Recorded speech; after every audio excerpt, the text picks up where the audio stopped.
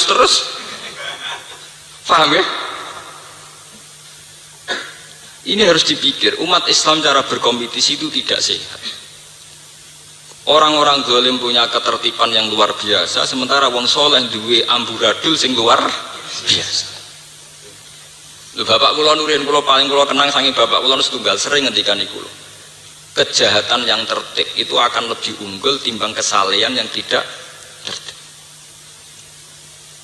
Lho, coba sekarang sampean lihat. Pengedaran narkoba itu dimanage secara tertib mulai kelas nasional sampai kelas lorong-lorong gelap. Sementara pengedaran kebaikan tidak dimanage secara tertib. Ngaji sak beri, dakwah yang ngenteni ana sing ngundang. Itu dakwah kok ngenteni diundang wong. Ora ono sing ngundang nggih mboten purun apa? Dakwah. Bareng ana jamaah tabligh gak terima. Mergo ora kelompoke dhewe. Nu apa-apaan.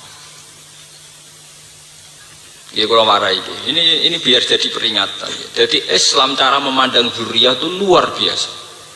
Cara memandang apa? Zuriyah. Sampai nabi-nabi mesti dongane Robbi habli miladunka zuriyatan apa? Thayyibatan. Dan itu dimulai dari punya aset. Aset ekonomi. Ini bukan berarti kita kedonyan kok. Tenuannya dari awal wajah itu mesti melibatkan di amwalikum. Harus ada unsur malnya. Mal ini kemudian setelah menjadi tirkah ke anak kita menjadi aset perjuangan. Aset apa? Perjuangan. Mulane badhe ngaji niki adat istiadat radhe popo blas mareni mun ngantil kula niku mareni. Napa? Mareni. Bisa kok. Kula bolak-balik sering nggih. Itu bisa, gitu tadi. Kalau Cina bisa depositokan 1 juta untuk anak yang baru lahir, kita juga bisa 1 juta untuk beli ayam, karena ayam juga nanti akan berkembang. Wedhus guru ya akan berkembang. Makanya saya bilang para pakar-pakar itu saya bilang, mereka kadang kan begini ya, seminar itu kadang kumpul itu kan begini ya, bank konvensional yang pakai bunga dibandingkan dengan bank yang mengklaim apa syariat, sehingga sing dihitung reputasi BRI banding bank muamalat, reputasi BNI banding bank BMTIM. Itu perbandingan yang salah.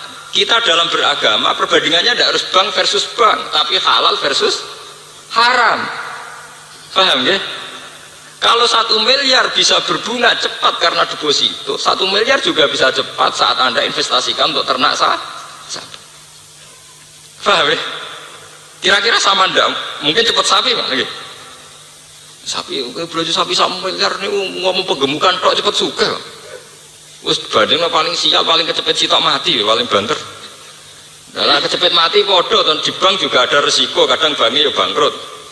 Kalau bank Senturi, itu kan jadi apa? Bangkrut. Ini penting kalau aturakan, karena zuriyah thayyibah itu penting sekali. Sebab itu Nabi Ibrahim ini rumah agen. Nabi Ibrahim ketika dakok Nabi Ismail tenggene Mekah. Pertama mohone teng pangeran urusan rezeki, urusan ketahanan hidup.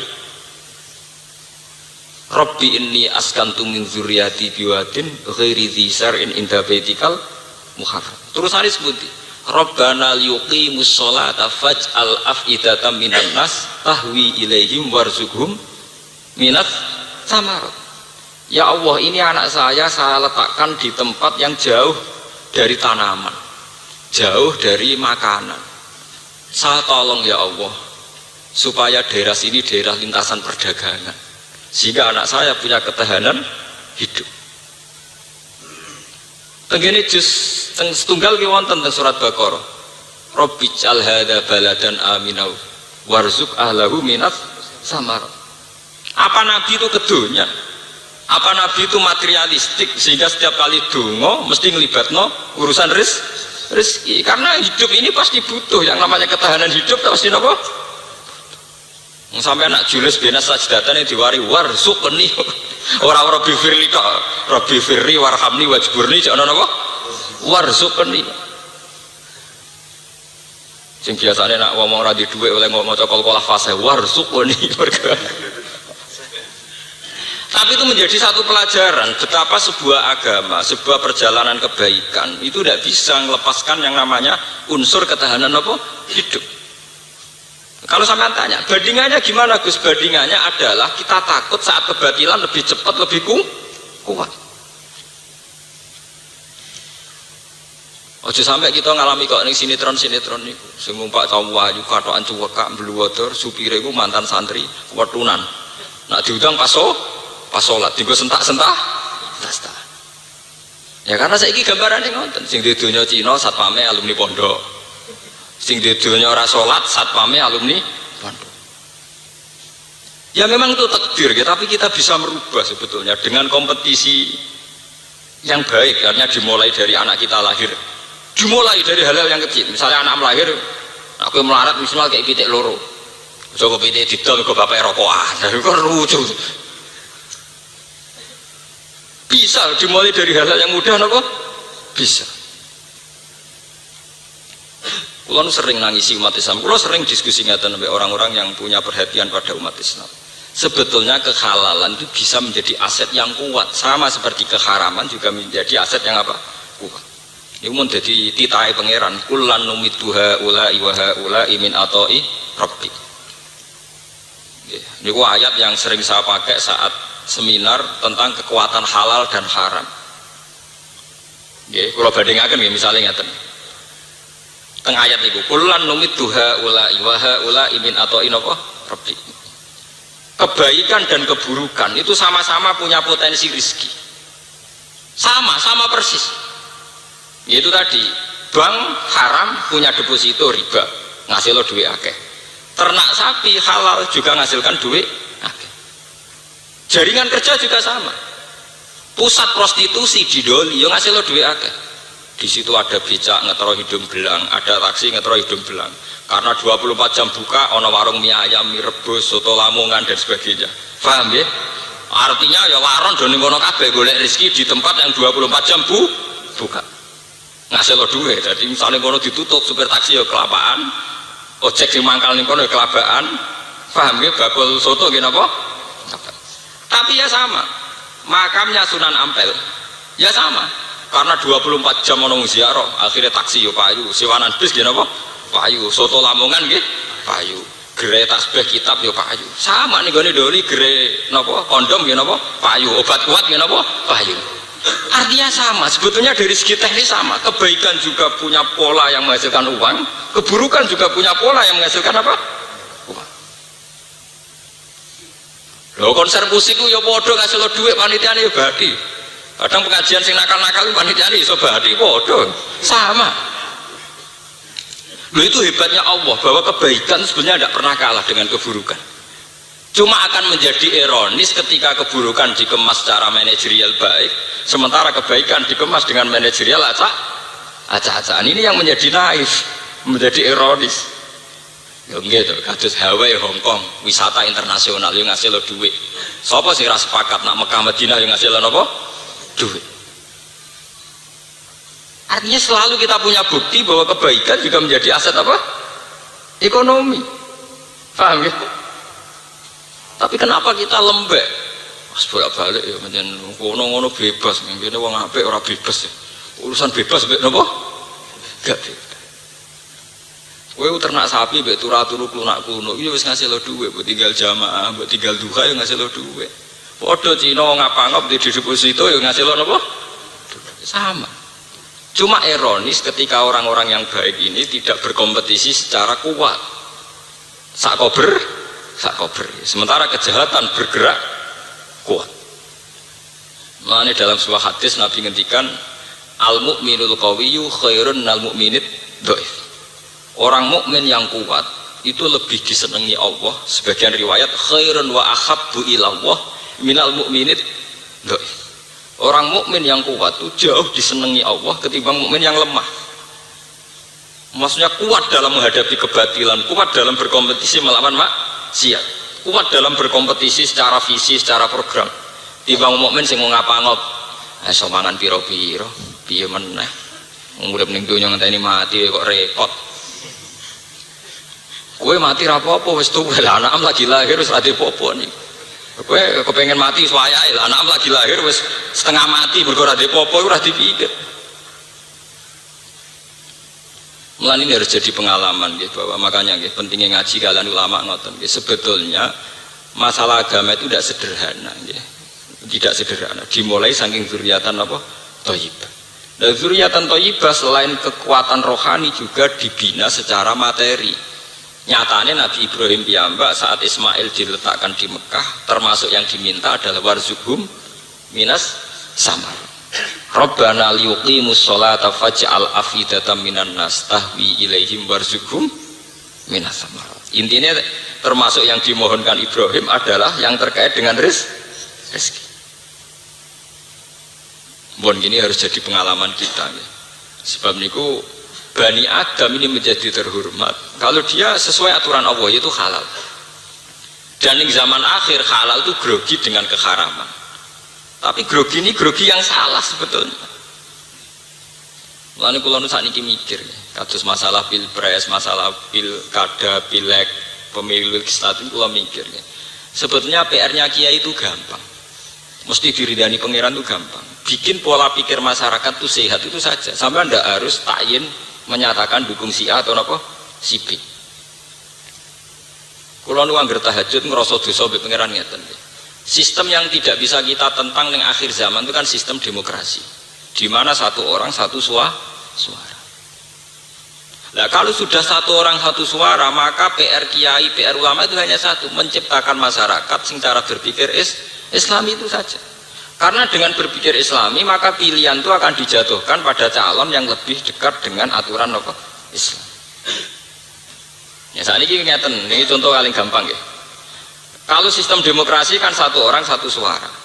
Misalnya jumlah lonte di Indonesia 50 juta, jumlah santri 20 juta, itu menang di kira-kira. Misalnya jumlah maling itu 50 juta, jumlah wong soleh 20 juta, menang partai Malik.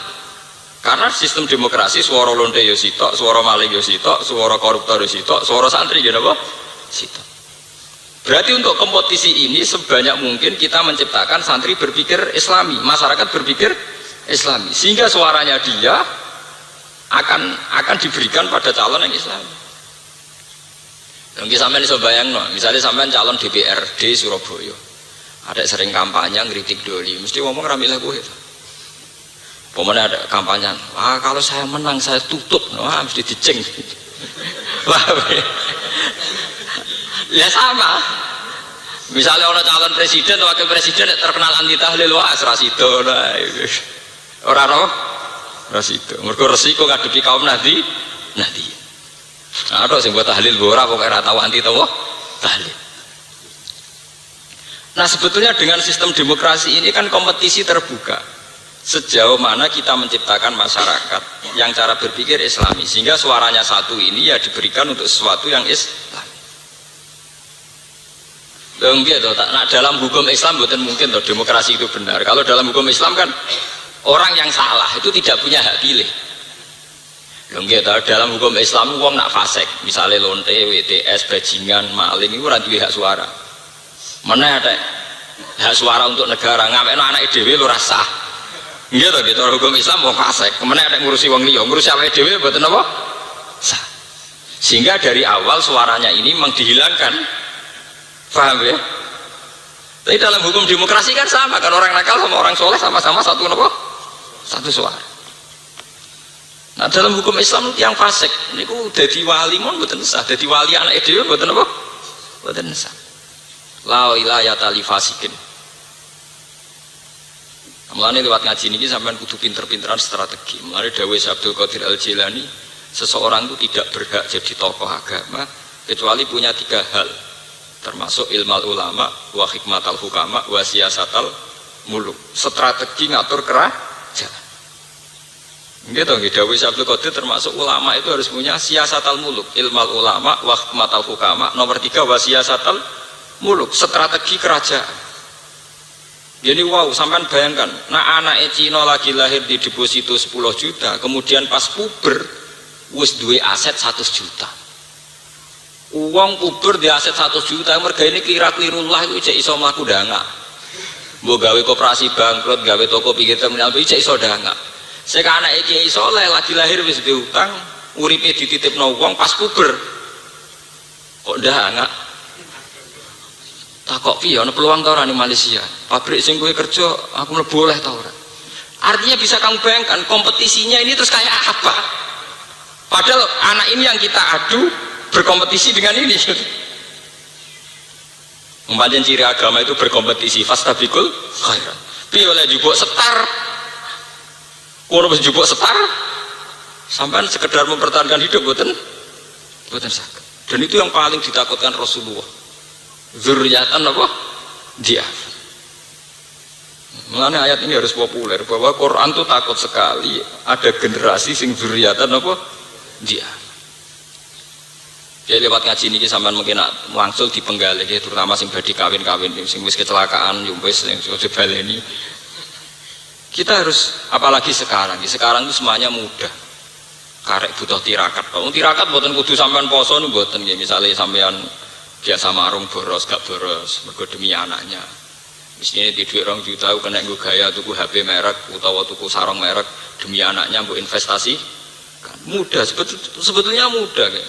Ciri agama itu mudah yuridu wa bikumul yusra. Kados kula ngeten niku mun gak ada anak kali. Kula niku mboten sugih. Omah kula niku rapi tapi pirang-pirang. Mergo tak pikir-pikir sebenarnya anakku melarat minimal di rumah. Kula di rumah 3 4. Ya ora ono sing apik, tapi akeh. Kepikiran kula anak-anakku 4 itu sitok-sitok. Jadi nak neng-nengan wis wae rasa omah kan bisa delian. Tapi ini penting karena bagi saya jangan sampai nanti anak saya pas latihan dakwah, latihan nyai masih berkutat urusan keluarga. Kita bukan karena materialistik atau kapitalistik buatan. Pertimbangan kita agama. Pertimbangan kita apa? Agama. Dan ini yang harus diperhatikan para santri. Kalau ngaji ini bukan main-main, saya bertanggung jawab di depan Tuhan. Sampai pentingnya omah. Kenapa saya seneng gawe omah? Ini pentingnya omah. Sahabat Ansor itu dilem Allah ora krana imane. Sing didhisikno masalah gawe omah. Itu disebut ning Quran walladzina tabawwa'ud dara wal iman. Tenggene surat Hasyr, surat sahabat itu dilem Allah, sahabat Ansor itu dilem Allah napa? Sahabat sing apik ku sapa? Walladzina lan wong akeh tabawwa'u kang menyediakan sahabat dara ing omah. Lagi wal iman lan iman. Walladzina tabawwa'ud dara wal iman yuhibbuna man hajara ilaihim. Ini ku ceritane sahabat Pidina. Niku wonten 70 sahabat Ansor sing pas musim haji ketemu Kanjeng Nabi. Ya Rasulullah timbang jenengan ning Mekah disio-sio pindah mawon teng Madinah. Apa yang dilakukan sahabat Ansor pertama kali? Yaiku nyediakno jatah omah yang nanti dihuni Rasulullah dan para sahabat muhajirin. Sampai Quran ngelem sahabat Ansor jenis tabawa'ud dar. Kuwi iso bayangno Nabi misalnya dakwah ngisor kali, ngisor jembatan. Paham? Mulane kula nu lewat ayat niku seneng kula gawe omah. Tapi mboten kula niati kedonyan, anggap saja itu sarana perjuangan. Jika masalah rumah selesai, paling enggak anak kita saat puber, saat beranjak dewasa, pikirannya wis dakwah. Coba ustaz-ustaz ning desa iku, pikirane dakwah banter omah numpang. Kok nak rapat aja ning omahku. Nak mertamu aja jam sakmene pas ana IP-ku ana mertuaku. Waduh. Ape rapate pelaturane pirang-pirang. Lah numpang ya. Resikone wong numpang kan kakean pelaturan nggih. Nak dolan aja yamene, pas iku mertuaku ning omah. Ya aja yamene pas IP-ku nyetel di TV. Ora lara.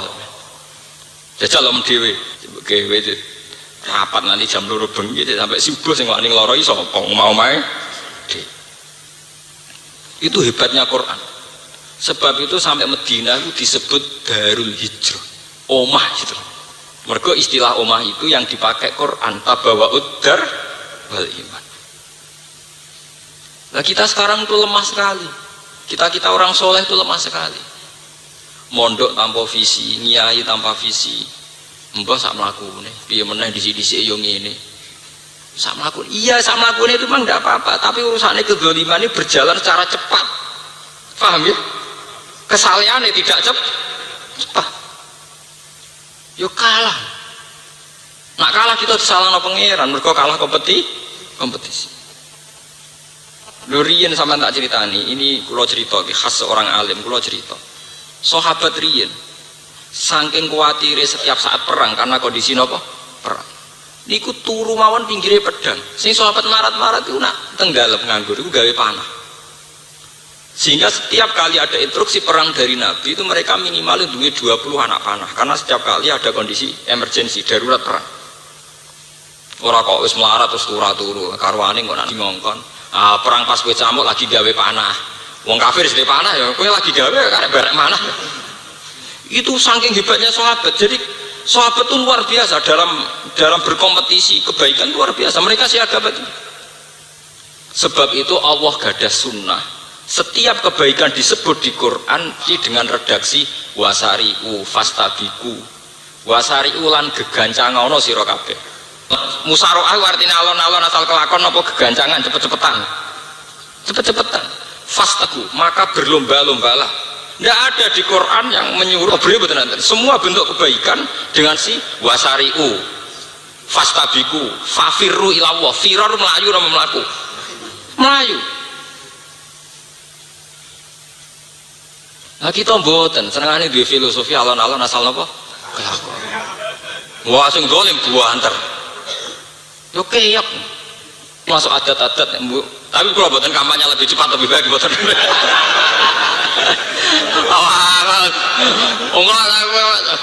Enggak pas ngaji ngaten istiqomah mau jari MC mugi-mugi mlaku berarti lanjutkan. Wah ya repot. Wah bakas pitik jari pro rakyat mergo pitik ekonomi napa? Rakyat. Berarti pun ngaji ini pun lengkap. Lanjutkan lebih cepat lebih baik. Bakas pitik berarti pro napa? Pro rakyat. Wah ya parah bener. Mboten kula mboten nate guyon nggih, pancen kula serius nggih. Kula nak gadah pendapat karena ini urusan agama niku pun kula pikir tenan dan saya tanggung jawab di depan Tuhan. Kula tokoh panutan kula ini Imam Bukhari. Imam Bukhari itu satu hadis itu disolati 2 rakaat saking takutnya kalau hadis itu dhaif atau maudhu. Padahal beliau sudah melakukan check and recheck secara ilmu jarhu wa ta'dil sudah dicek. Tapi awas semantan masih disolati. Saya juga sama. Mungkin tidak se-ekstrim Imam Bukhari, tapi saya kalau punya pendapat untuk agama itu pasti saya istikharah. Karena ini masalah agama, tanggung jawab saya di depan Allah. Nah, ini ngarepe sampean paling banter sampean kecewa terus rasa seneng kula itu sepele. Ora sepele banget. Ora disenengi wong biasa, disenengi napa? Biasa. Lonte sing seneng akeh mun kiai. Nah, kula niku dalil kula sederhana. Kowe dadi lonte ya ana sing seneng ana sing gedeng, dadi kiai ya ana sing seneng ana sing gedeng. Regane urip. Maling gak is maling, sing nulung ya akeh kok piye. Dene yo duwe ikatan. Wong maling dhewean yo ora iso. Paham ini perlu kula aturaken bahwa kesalehan itu harus kuat. Karena semua redaksi kesalehan teng Quran itu ndak ada sing alon-alon asal kelakon. Semuanya dengan redaksi wasari'u, fafirru, fastabiqu. Ndak ada yang bahasa kon mlaku mboten. Fafirru ilallah. Kanjeng Nabi itu hadis-hadis yang ngoten al-firor ya ibadah ayo lari karena kebaikan sekali kalah setar kalah kompetisi akan kelindas dengan kebatilan. Kalau tak cerita ini tak hadis bin Nikmah. Kalau tak hadis bin Nikmah. Kalau nu duwe jamaah kata sebagian mereka orang kaya. Sebagian mereka orang kaya sing duit miliaran. Nanti tanglet kula, Pak Bah, saya ini orang kaya, punya uang 1 miliar. Itu menurut Pak Bah dipakai apa? Saya inginnya ya dapat dunia, dapat akhirat. Jawaban saya gampang. Kamu tidak harus ngasihkan uang 1 miliar itu menjadi masjid, tidak harus. Beli tanah di kawasan netral di tengah kota.